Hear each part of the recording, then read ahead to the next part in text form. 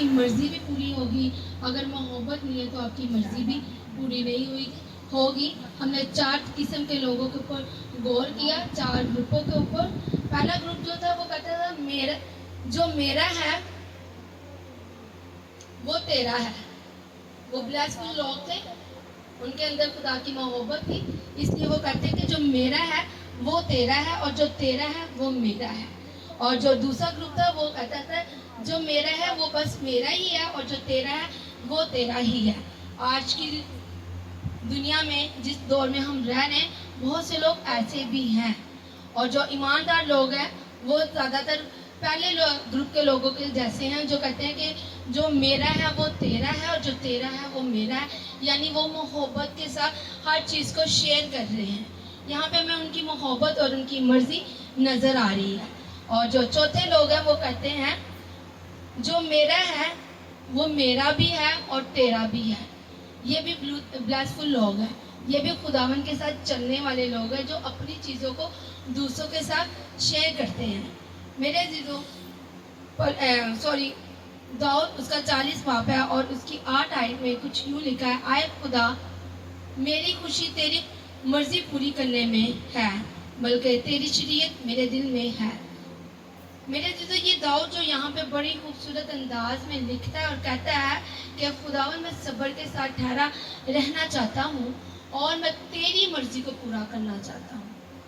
میرے عزیزو وہ اپنی مرضی نہیں پوری کرنی چاہ رہا, وہ خدا کی مرضی کو پوری کرنے کو کہہ رہا ہے. یہ بہت ہی خوبصورت عمل اور ایک محبت کا اظہار ہوتا ہے جب ہم خدا کی محبت کو اپنی زندگیوں میں ہونے بھی دیتے ہیں اور اس کی محبت میں اب اس کی مرضی کو پورا بھی ہونے دیتے ہیں. جب آپ کو کسی انسان سے محبت ہوتی ہے, فار ایگزامپل جس طرح آپ کو اپنے ہسبینڈ سے محبت ہوتی ہے یا والدین سے ہوتی ہے یا بہن سے یا بھائی سے, تو آپ کیا کرتے ہیں ان کی مرضی کو ماننا بھی نہیں چاہتے, ان کی بات کو ماننا بھی نہیں چاہتے, لیکن آپ ان کی محبت میں وہ بات مان جاتے ہیں کیونکہ آپ کو ان سے محبت ہوتی ہے.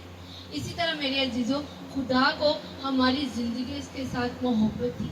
وہ نہیں چاہتا تھا کہ یہ لوگ, وہ جانتا تھا کہ یہ لوگ ہمیشہ گنہگار ہی رہیں گے, یہ کبھی اپنی بدکاریوں سے ترک نہیں کریں گے. وہ اپنی مرضی کو پورا نہیں کرنا چاہتا تھا, لیکن ہماری محبت کے لیے اس نے اپنی مرضی کو پورا کیا. اس نے اپنے پیارے بیٹے کو قربان کر دیا. میرے عزیزو جو چوتھے گروہ کے لوگ تھے وہ کہتے تھے جو میرا ہے وہ میرا ہی ہے اور جو تیرا ہے وہ بھی میرا ہے. وہ بہت ہی ظالم لوگ تھے جن کے اندر خدا کا ڈر خوف نہیں تھا. آج کے دور میں بھی ایسے لوگ پائے جاتے ہیں جو بہت سے ڈاکو ہوتے ہیں, چور ہوتے ہیں. وہ اپنی چیز پہ تو حق رکھ کے بیٹھے ہی ہوتے ہیں, لیکن وہ دوسروں کی چیزوں کو بھی دبا لینے کی, ان سے کھینچ لینے کی کوشش میں لگے رہتے ہیں, طاقت استعمال کرتے ہیں.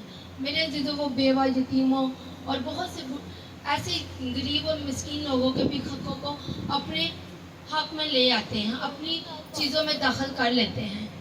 لیکن میرے عزیزوں خداوند یسوع مسیح نے ایسا نہیں کیا. وہ خدا کی محبت میں پورا کامل اور تابعیت داری کے ساتھ رہا. میرے عزیزوں وہ باغ میں جب جاتا ہے تو وہ خدا کی مرضی کو پورا کرنے کے لیے جا رہا ہے, وہ اپنی مرضی کو پورا نہیں کرتا. خداوند کے پاک کلام میں لکھا ہے اگر تو چاہتا ہے تو یہ پیالہ مجھ سے ٹل جائے, پر باپ میری مرضی نہیں تیری مرضی پوری ہو. وہ یہاں پہ ایک اظہار کرتا ہے باپ کی محبت کا بھی کہ باپ میں تیرے سے محبت کرتا ہوں, مجھے یہ پیالہ بہت ہی کڑوا اور سخت لگ رہا ہے لیکن میں اسے پینا نہیں چاہتا, لیکن میں تیری محبت میں تیری مرضی میری زندگی میں پوری ہو, میں بڑی تابعہ داری کے ساتھ اس کام کو بھی سر انجام دینا چاہتا ہوں تیری محبت میں. میرے عزیزو جب ہم خدا کے ساتھ چلتے ہیں تو خدا کی محبت ہماری زندگیوں میں کام بھی کرتی ہے. میرے عزیزو آدم اور حوا نے جو باغ عدن میں گناہ کیا تھا وہ فنا ہو گئے تھے, روحانی طور پہ ختم ہو چکے ہوئے تھے. وہ بدنی طور پہ زندہ تو تھے لیکن روحانی طور پہ بالکل فنا تھے, ختم تھے. انہوں نے خدا سے محبت نہیں کی. اگر وہ خدا سے کامل محبت کرتے تو وہ اس چیز میں کامیاب رہتے, کیونکہ خدا نے انہیں منع کیا تھا کہ اس فروٹ کو نہ کھانا. وہ کھانے پینے کی چیزوں کی لالچ میں خدا کی مرضی کو نہیں پورا کرتے, خدا کی محبت کو نہیں پورا کرتے. میرے عزیزو پہلا آدم جو باغ عدن سے نکلا تو وہ مارا گیا روحانی طور پہ. لیکن جیسے ہی دوسرا آدم دوسرے باغ میں آتا ہے وہ وہاں پہ کچلا جاتا ہے. ہمارے لیے ہمارے گناہوں کے لیے مارا جاتا ہے. ہمارے گناہوں کی وجہ سے وہ گھائل کیا جاتا ہے. ہماری گناہوں کی وجہ سے اس کے منہ پہ گناہوں کی تشبیہ آ جاتی ہے. اس کی شکل بد شکل ہو جاتی ہے اور اس کا جو نور تھا وہ کھو جاتا ہے ہمارے گناہوں کی وجہ سے. لیکن اس نے یہ تمام گناہوں کو اپنے اوپر لیا اور اس باغ عدن میں اپنے آپ کو کچلوانا شروع کیا. وہ وہاں پہ شروعات تھی. میرے عزیزو اس باغ میں انگوروں کا رس نکالا جاتا تھا. انگوروں کے رس کو کولو کے اندر رکھ کے بڑی بے دردی کے ساتھ کچلے جاتے تھے تب ان کے اندر سے جوس مہر نکلتی تھی. اس طرح میرے اور آپ کے خداوند نے بھی اپنے آپ کو وہاں پہ کچلوایا, اپنے آپ کو گھائل کیا, اپنے آپ کو تکلیف میں لے کے گیا تاکہ میرے لوگ نجات پائیں. اور میرے عزیزوں آج کل جیسے کہ گرائنڈر کے اندر ہم دیکھتے ہیں سب ساری چیزیں ایڈ کر دیتے ہیں, بٹن چلاتے ہیں تو وہ ریزہ ریزہ ہو جاتی ہے. لیکن وہاں پہ میرے اور آپ کے خدا نے دکھ سہتے ہوئے تابعداری کے اندر, فرما برداری کے اندر خدا کی مرضی کو, خدا کی محبت کو پورا کیا. میرے عزیزوں ایک بہت ہی خوبصورت ہر روز ایک دعا ہے ہم پڑھتے ہیں. آئے ہمارے باپ تو جو آسمان پر ہے, تیرا نام پاک مانا جائے, تیری بادشاہی جیسے آسمان پر ہوتی ہے زمین پہ بھی ہو, تیری مرضی جیسے آسمان پہ پوری ہوتی ہے زمین پہ بھی ہو. ہم ہر روز یہ بات بلا ناگا پڑھتے ہیں. بہت سے بہن بھائی ایسے جو دن میں 3-4 دفعہ اس دعا کو رپیٹ کرتے ہوں گے, لیکن کبھی غور کیا کہ ہم خدا کی مرضی کو اپنی زندگیوں میں پورا کر رہے ہیں؟ میرے عزیزوں اگر ہم اس کی مرضی کو اپنی زندگیوں میں پورا نہیں کر رہے تو پھر اس دعا کو لفظ کے طور پہ ہم پڑھ رہے ہیں. خدا کے آسمان پہ جو فرشتے ہیں لاکھوں کروڑوں کی تعداد میں, وہ وہاں پہ بیٹھے سے قدوس قدوس کرتے ہیں, وہاں پہ اس کی حمد و ثنا کرتے ہیں, اس کی مرضی کو اپنی زندگیوں میں پورا کرتے ہیں.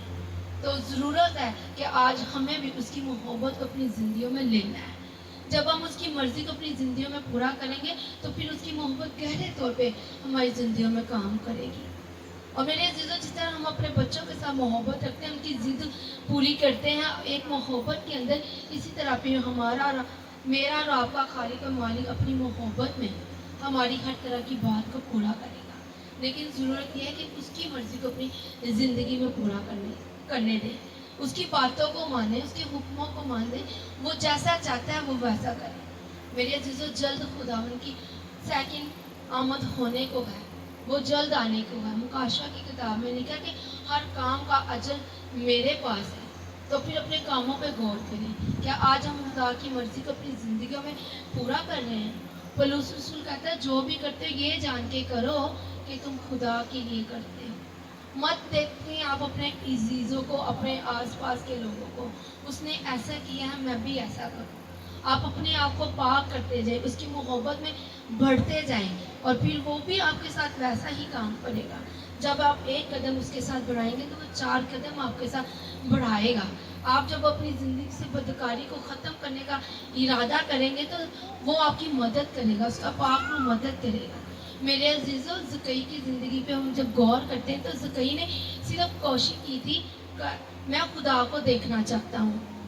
اس کے ساتھ 2 طرح کی مشکلات کا سامنا ہوا. ایک تو اس کے اندر سے کچھ باتیں نکلی کہ میرا قد چھوٹا ہے, میں لوگ اسے نہیں دیکھ سکتا. اور دوسری باہر کے لوگوں نے سے ایک بات اسے سننے میں آئی کہ بھیڑ بہت زیادہ ہے, تو لوگ یسوع کو نہیں دیکھ سکتا. میرے عزیزوں آج جب ہم بھی یسوع کی محبت میں چلنا چاہتے ہیں, اس کی مرضی کو اپنی زندگیوں میں پورا کرنا چاہتے ہیں, تو ہمارے اندر سے کافی باتیں نکلتی ہیں کہ میں یسوع کی محبت کو پورا نہیں کر سکتی, میں بدکار ہوں, میں گنہگار ہوں. ہمارے اندر سے ابلیس ایسی باتیں ہمیں سنائی دیتا ہے. اور دوسری بات ہے ہمیں دنیا کی باتیں سنائی دیتی ہیں. دنیا کی باتوں میں یہ ہے کہ لوگ کہتے ہیں کہ جی یہ بہت اپنے آپ کو کامل بنانا چاہتی ہے, یہ کب تک بنے گی؟ 1 مہینہ چلے گی, 2 مہینہ چلے گی, 3 مہینہ چلے گی, آج تک یہ پھر اپنے ٹریک سے نیچے اتر آئے گی. میرے عزیزوں زکئی نے ان دونوں باتوں کی فکر کیے بغیر وہ دوڑا اور وہ گولر کے پیڑ پہ چڑھ گیا. تو وہاں پہ ایک انوکھی اور خوبصورت بات پتہ کیا ہوتی ہے؟ خداوند کے پاک کلام میں لکھا ہے کہ یسوع وہاں پہ رک کے اسے خود دیکھ رہا ہے. جہاں پہ وہ خود خواہش مند تھا میرے اور آپ کے آقا کو دیکھنے کے لیے,